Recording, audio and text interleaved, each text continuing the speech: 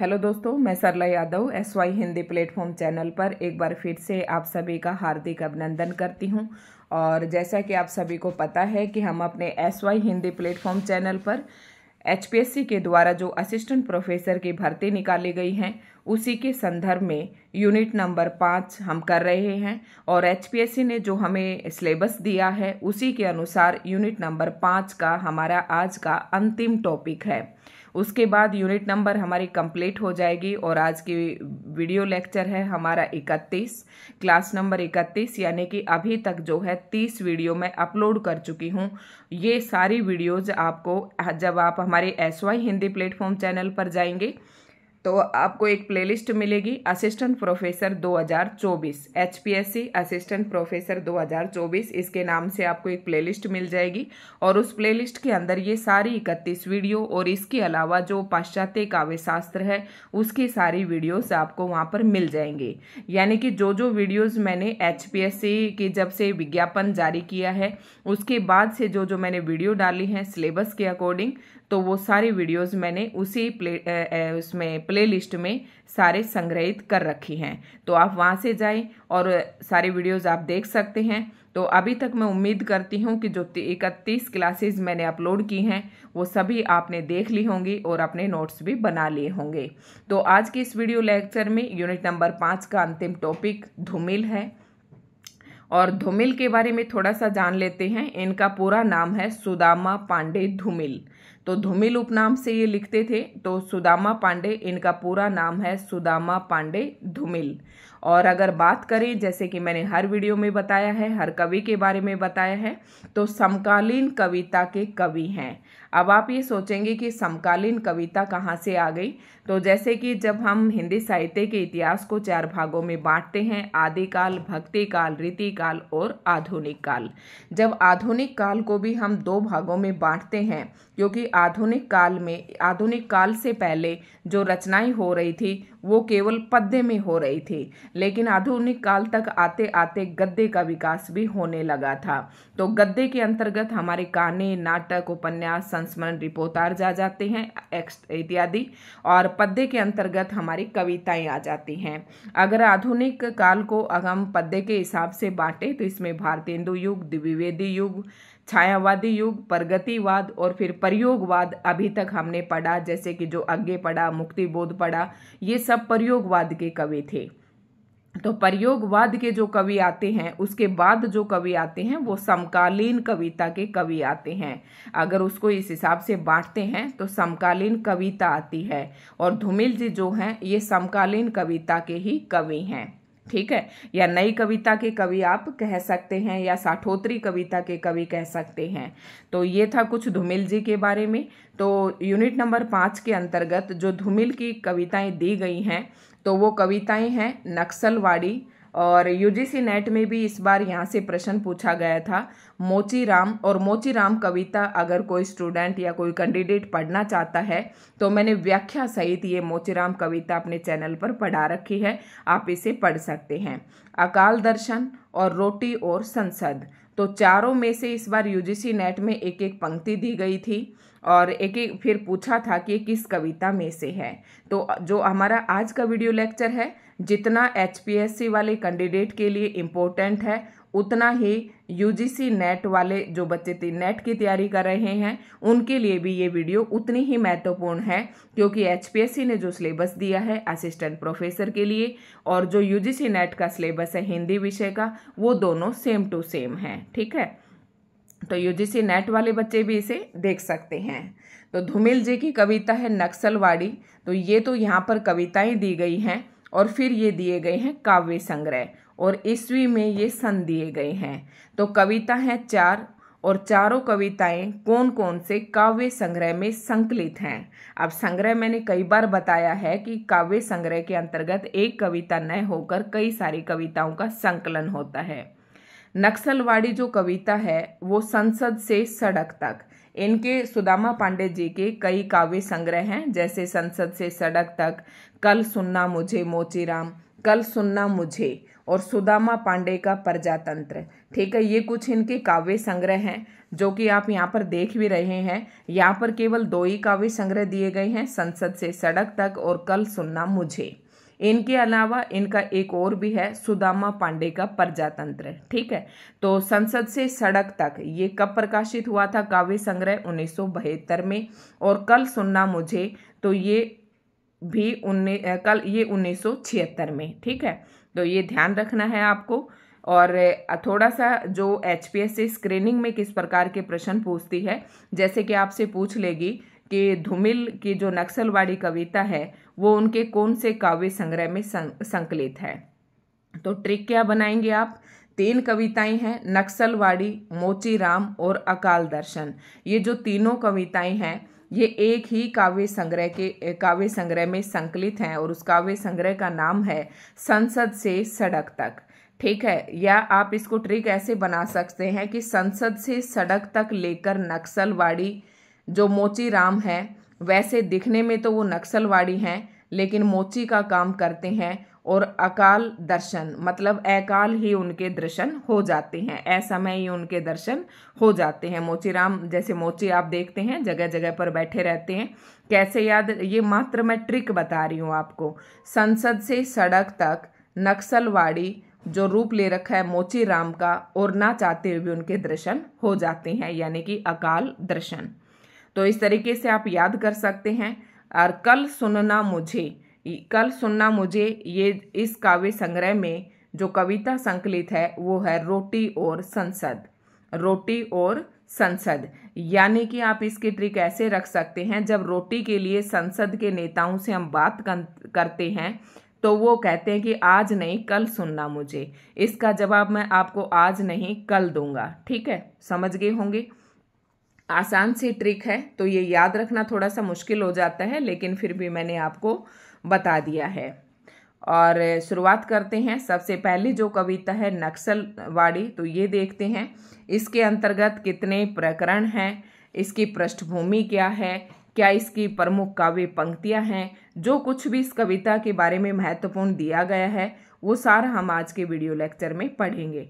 तो सबसे पहले आप सभी को यही कहना चाहूँगी कि अगर आप हमारे चैनल पर नए हैं तो चैनल को सब्सक्राइब करें, वीडियोस को लाइक करें। ठीक है, और आपको वीडियो अच्छी लगे तो अपने दोस्तों में भी शेयर करें। कल परसों से मैं देख रही हूँ कि व्यूज़ बहुत ही कम आ रहे हैं, इसलिए मैंने परसों भी वीडियो नहीं डाली और कल भी मैं एक ही डाल पाई थी, और आज भी मैंने एक ही वीडियो डाली है। तो व्यूज़ जितने ज़्यादा आते हैं, जितने आपके कमेंट्स आते हैं, जितने आपके लाइक आते हैं, वही मुझे मोटिवेट करते हैं नेक्स्ट वीडियो बनाने के लिए। तो आपके ऊपर डिपेंड करता है कि आप कितने वीडियो चाहते हैं। तो आप मुझे सब्सक्राइब करके या लाइक करके या कमेंट करके आप मुझे मोटिवेट कर सकते हैं, ताकि मेरा भी मनोबल बढ़ा रहे। क्योंकि देखो, आप मेरी आंखों से दूर हैं, जो मेरी वीडियोस सुन रहे हैं, जो पढ़ रहे हैं, वो मेरी आंखों से दूर है, मुझे नहीं दिखाई दे रहा। केवल मैं जो वीडियोस के लाइक हैं या जो व्यूज़ हैं उन्हीं से ये ऑब्जर्व करती हूँ, ये उन्हीं से ये अंदाज़ा लगाती हूँ कि हाँ, कुछ कैंडिडेट हैं, कुछ विद्यार्थी हैं जो इन वीडियोस को देख रहे हैं। तो वो 2 दिन से मुझे थोड़ा कम ही मिला। तो सभी से यही कहना चाहूँगी कि अभी भी आप जो चैनल पर नए हैं तो चैनल को सब्सक्राइब कर ले, बेल आइकन पर प्रेस कर ले, ताकि जो भी मैं नोटिफिकेशन डालूँ वो आप तक पहुँच जाए।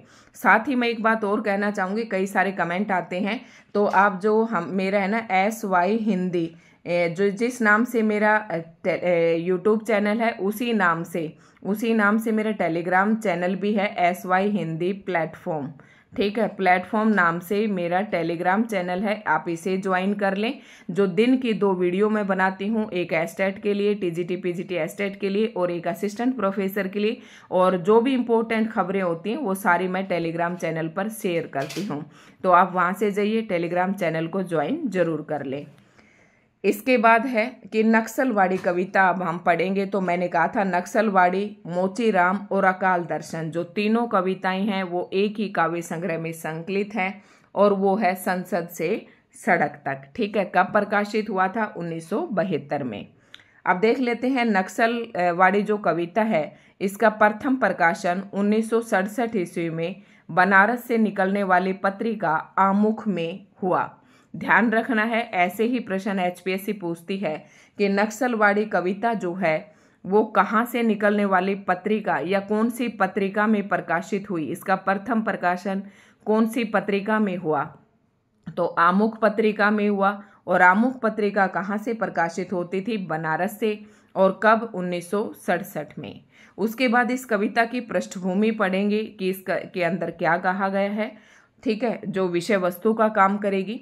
1967 ईस्वी में बंगाल के नक्सलवाड़ी नामक जगह से, तो नक्सलवाड़ी क्या है, एक जगह का नाम है और ये जगह कहाँ पर पड़ती है, बंगाल में पड़ती है। तो 1967 ईस्वी की बात है कि बंगाल के नक्सलवाड़ी नामक जगह से जमींदारों के शोषण के विरुद्ध एक सशस्त्र विद्रोह शुरू हुआ। यानी कि बंगाल के अंदर जो जमींदारों का शोषण किया जा रहा था, उस शोषण के विरुद्ध एक विद्रोह शुरू किया गया। और वो विद्रोह कैसा था, सशस्त्र, मतलब शस्त्रों सहित। इसका व्यापक प्रभाव तत्कालीन प्रदेश उत्तर प्रदेश, बिहार, आंध्र प्रदेश, मध्य प्रदेश आदि पर पड़ा। तो जमींदारों के शोषण के विरुद्ध जो विद्रोह शुरू हुआ नक्सलवाड़ी नामक जगह में, तो उसका जो विद्रोह है वो कई राज्यों पर पड़ा। और वो राज्य कैसे याद कर सकते हैं, उत्तर प्रदेश, मध्य प्रदेश और आंध्र प्रदेश, तीनों प्रदेश हैं। और इनके साथ लगता बिहार। इस आंदोलन ने 60 के दशक में उपजे क्षोभ का मतलब होता है क्रोध, आक्रोश, निराशा व विद्रोह को एक दिशा दी। ठीक है, 1960 के आसपास जो लोगों के अंदर जो क्षोभ फैला हुआ था, जो क्रोध था, जो निराशा थी, वो विद्रोह था, उसको एक दिशा मिली। तो ये कविता क्या है, इसके अंदर देख लेते हैं। तो धूमिल की यह कविता नक्सल आंदोलन के समर्थन में खड़ी होती है। दरअसल वे स्वतंत्रोत्तर भारत की स्वतंत्रोत्तर यानी कि उस समय 1960 में भारत को आज़ाद हुए, 1947 में भारत आज़ाद हो गया था और लगभग 13 साल भारत को आज़ाद हुए हो गई थी। तो उन स्थितियों को उजागर करती है, आज़ादी के बाद वाले उन स्थितियों को उजागर करती है ये कविता, जिनसे नक्सलवाड़ी आंदोलन ने जन्म लिया। कविता सहमति के नकार से शुरू होती है। नकार, सहमति के नकार से शुरू होती है, मतलब सहमति भी है और उसके नकार से शुरू होती है। ये नकार लोकतंत्र पर आम सहमति, भूमि अधिग्रहण पर सहमति, विकास के शोषणकारी मॉडल पर सहमति का है। तो ये नकार किसके ऊपर था कि लोकतंत्र पर आम सहमति और भूमि अधिग्रहण पर सहमति, विकास के शोषणकारी मॉडल पर। देखो ये थोड़ी सी ना कविता के ये जो शब्द आपके पास आए हैं, ये जिसने हिस्ट्री पढ़ रखी है या जिसने इतिहास पढ़ रखा है कि 1960 के अंतर्गत क्या कुछ परिस्थितियां थी, तो वो थोड़ा सा खोल के यहाँ पर बता सकता है। लेकिन हम तो ठहरे हिंदी के स्टूडेंट, तो इस कविता के माध्यम से ही हम पढ़ेंगे। तो उस समय जो आम सहमति थी, भूमि अधिग्रहण पर सहमति थी, ठीक है, भूमि का अधिग्रहण किया जा रहा था, विकास के शोषणकारी मॉडल, ठीक है, पर सहमति का है। धूमिल किसी दूसरे लोकतंत्र की मांग करते हैं। कवि जो धूमिल जी हैं वो ये कहते हैं कि हमें ये लोकतंत्र नहीं चाहिए जो भूमि का अधिग्रहण करते जा रहे हैं, विकास का जो शोषणकारी मॉडल है उस पर है ये सारा, क्योंकि इस लोकतंत्र में नींद को भूख के इलाज की तरह पेश किया जा रहा है। स्वार्थपरता में सबने समझौता कर लिया। सब थोड़ी सी अगर आप पूरी पढ़ेंगे तो आपको इसका मतलब भी समझ में आ जाएगा। सब व्यवस्था के पक्ष में खड़े हो गए हैं। इस समय विपक्ष में सिर्फ कविता है, मतलब सभी लोग जो जैसा हो रहा था, जैसा लोकतंत्र में कहा जा रहा था, क्योंकि लोकतंत्र को बनाने वाले भी वही लोग थे, तो जैसा जो चल रहा था सब उसी ओर भागते जा रहे थे। तो कवि ने देखा कि इनके विपक्ष में तो कोई है ही नहीं, अब कवि क्या कर सकता है, सिर्फ कविता की रचना कर सकता है। और ऐसे विपक्ष में कवि ने एक कविता लिखी। नक्सलवाड़ी आंदोलन नफरत का नहीं अपितु नफरत के विरुद्ध आंदोलन है। मतलब ये नफरत फैलाने के लिए आंदोलन नहीं था, अपितु नफरत के विरुद्ध आंदोलन है। धूमिल क्षोभ प्रकट करते हैं कि सत्ता अपने शोषण तंत्र से इस कदर नफरत से भर चुकी है कि एक बच्चा अपनी स्लेट पढ़ने की तख्ती से पड़ोसी का गला काट सकता है। देखो उस समय ना थोड़ी सी भूखमरी, थोड़ी सी बेरोजगारी, क्योंकि हमारा देश जब आज़ाद हुआ था तो हमारे देश के सामने कई प्रकार की समस्याएं थी, जैसे बेरोजगारी है, भ्रष्टाचार है, भूखमरी है, ठीक है। तो इस प्रकार की समस्याएं थी।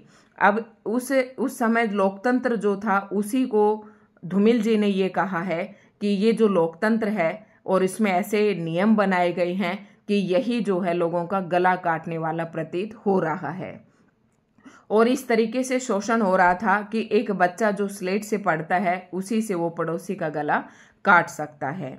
नक्सलवाड़ी की कुछ महत्वपूर्ण काव्य पंक्तियां हैं। सहमति, देखो इसकी शुरुआत भी सहमति से हो रही है। नहीं, ये समकालीन शब्द नहीं है, इसे बालिगों के बीच चालू मत करो। जंगल के जिरह करने के बाद उसके साथियों ने उसे समझाया कि भूख का इलाज नींद के पास है। ठीक है। मुझे अपनी कविताओं के लिए दूसरे प्रजातंत्र की तलाश है। सहसा तुम कहोगे और फिर एक दिन पेट के इशारे पर प्रजातंत्र के बाहर आकर। तो ये कविता है, आप लोग इसे देख लेना। इसके सरलार्थ जो है अभी मैं नहीं करवा रही हूँ। ठीक है। और देखने के लिए मैं इसलिए कहती हूँ क्योंकि कई बार इस कविता की ना पंक्तियाँ पूछ लेते हैं कि ये कौन से उससे है, कौन सी कविता की पंक्तियां हैं। तो जब आपने कथा वस्तु पढ़ ली है तो आपको तुरंत समझ में आ जाएगी। देखो लास्ट में अपने स्लेट से काट सकता है, क्या मैंने गलत कहा?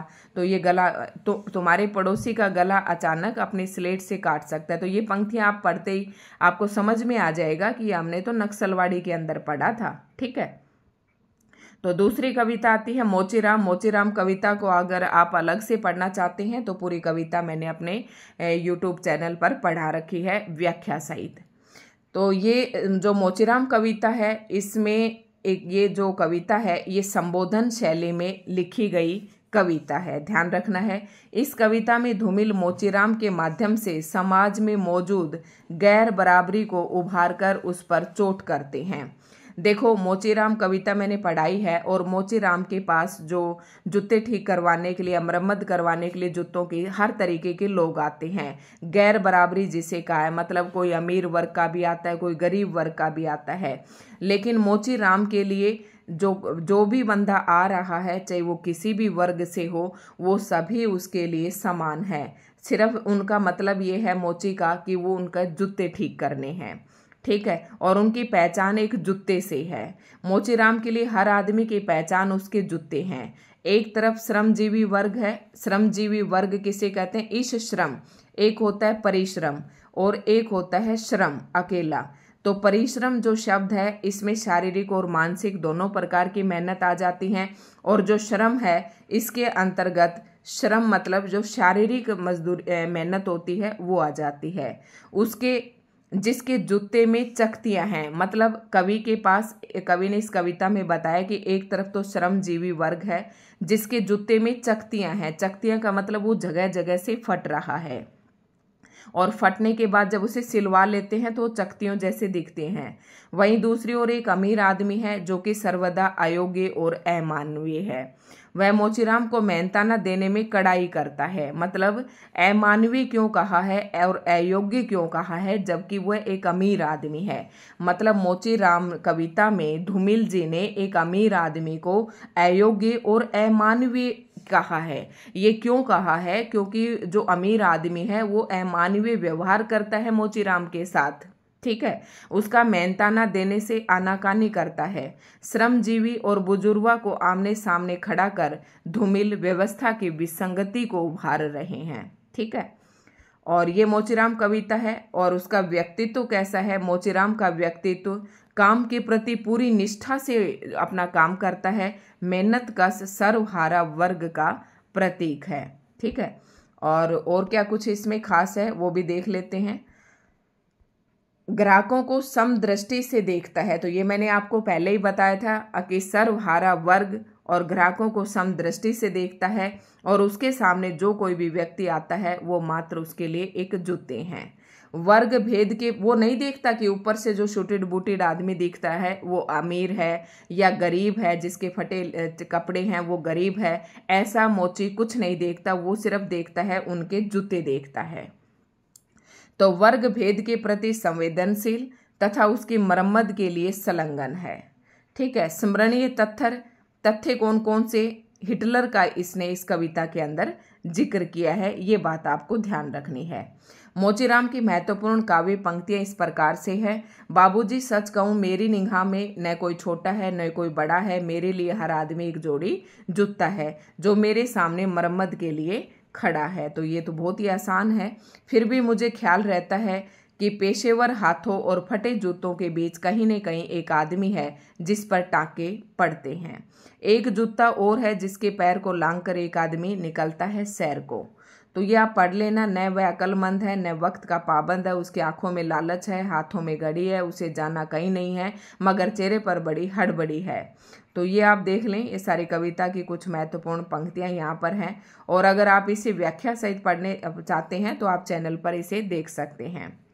उसके बाद तीसरी कविता आती है अकाल दर्शन। कवि का प्रश्न है, भूख कौन उपजाता है? चालाक आदमी सत्ता, यानी कि इस पर हंसता है। कौन कहता है? देखो, कवि ये प्रश्न करता है कि भूख कौन उपजाता है, भूख को कौन पैदा करता है? तो क्या कहते हैं? चालाक आदमी इस प्रश्न पर हंसता है और बेतहाशा पैदा होते बच्चों की ओर इशारा कर देता है। तात्पर्य यह है कि सत्ता तंत्र के लोग भूख को प्राकृतिक या शोषितों द्वारा ही उपजाया गया मानते हैं। देखो, हमारे समाज में दो वर्ग होते हैं, एक शोषक वर्ग होता है और एक शोषित वर्ग होता है, शोषित वर्ग है। अब जो सत्ता तंत्र के लोग हैं, यानी कि जो राजनीतिक लोग हैं, जो सत्ता के अंदर हैं, उन लोगों का ये मानना है कि ये जो भूख पैदा कर रखी है ये शोषितों द्वारा ही उपजाया गया है, शोषित होना नियति मानी जाती है। ठीक है, ये अकाल दर्शन कविता के अंदर है, कुछ खास इसमें नहीं है। और स्मरणीय तथ्य कौन कौन से हैं जो आपको ध्यान रखने हैं? लोग भूख से बिलबिला कर पेड़ के पत्ते और छाल खा रहे हैं। मतलब मैंने बताया ना, ये उसी समय का हाल है जब अकाल का समय था 1960 के आसपास। और उस समाज जब हमारा देश आज़ाद हुआ था उसके, क्योंकि जो कुछ था वो तो लूट कर ले गए, कुछ अफगानिस्तानी ले गए, कोई ईरानी ले गए, कोई ब्रिटिश के लोग ले गए। तो हमारे देश में केवल भूखमरी और बेरोजगारी रह गई थी। तो ऐसी दशा में लोग भूख से बिलबिला कर पेड़ के पत्ते और छाल खा रहे हैं। लोग अकाल को सोहर की तरह गा रहे हैं। ठीक है, सोहर एक तरीके का गीत होता है और लोग उस अकाल को भी इसी तरह गा रहे हैं। सत्ता कभी गाय यानी कि धर्म तथा कभी हाय यानी कि भारी विपदा के बहाने लोगों का शोषण करती है। ठीक है, तो दो तरीके से शोषण कर रही है सत्ता भी। अकाल दर्शन की कुछ महत्वपूर्ण काव्य पंक्तियां हैं। भूख कौन उपजाता है? वह इरादा जो तरह देता है, या वह घृणा जो आंखों पर पट्टी बांधकर हमें घास के सट्टे में छोड़ आती है। तो ये कुछ पंक्तियां हैं और ये आप देख सकते हैं। ठीक है, यहाँ पर आप इन्हें पढ़ना चाहें तो पढ़ सकते हैं। उसके बाद ये भी वही कविता है आपकी, अकाल और दर्शन। तो यही कविता हम पढ़ रहे हैं। मोचीराम हमने पूरी पढ़ ली है। तो अकाल दर्शन ये कविता थी, इसी की पंक्तियां हैं सारी। और उसके बाद यहाँ पर ये कविता जो है ख़त्म हो जाती है। अक्सर वे मुझे अपराध के असली मुकाम पर अंगुली रखने से मना करते हैं, जिनका आधे से ज़्यादा शरीर भेड़ियों ने खा लिया है। वे इस जंगल की सराहना करते हैं। भारतवर्ष नदियों का देश है, बेशक ये ख्याल उनके हत्यारा है। तो ये भाई पढ़ लेना, ठीक है। और शायद सारी कविताएं आपकी इसमें हो गई हैं, कोई ज़्यादा इसमें नहीं थी। रोटी और संसद, हाँ एक पेज और था भाई, एक मिनट। अकाल दर्शन की ये कुछ काव्य पंक्तियां हैं, ये आप बारी बारी से देखते रहें। और उसके बाद ये रोटी और सांसद जो कविता है उसके बारे में कोई खास इस बुक में दिया हुआ नहीं था, सिर्फ ये कुछ पंक्तियां दी गई हैं। एक आदमी रोटी बेलता है, एक आदमी रोटी खाता है, एक तीसरा आदमी भी है जो न रोटी बेलता है न रोटी खाता है, वह सिर्फ रोटी से खेलता है। मैं पूछता हूँ वो कौन है?